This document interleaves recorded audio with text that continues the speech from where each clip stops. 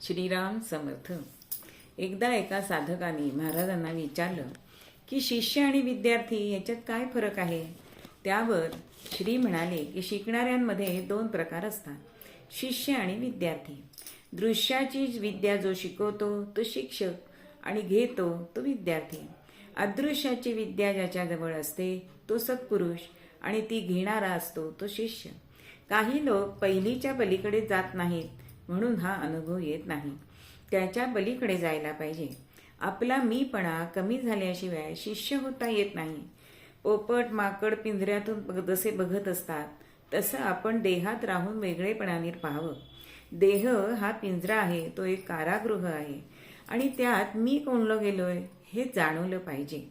परमार्थाचे मर्मच मीला मारून टाकणं आहे आणि त्याला उत्तम स्थान म्हणजे सद्गुरू चरण आहेत. त्या चरणावरती मीला द्यावं. मीला मारायचं आहे ना, मग सारखं तू आहेस असं म्हणावं, म्हणजेच नामस्मरण करावं. नामस्मरणामध्ये त्याच्या अस्तित्वाची भावना ठेवून नाम घ्यायला पाहिजे, म्हणजेच ते यांत्रिक होणार नाही. खरा शिष्य यालाच म्हणतात. महाराज म्हणतात, कळला ना शिष्य आणि विद्यार्थी यातला फरक. श्रीराम समर्थ.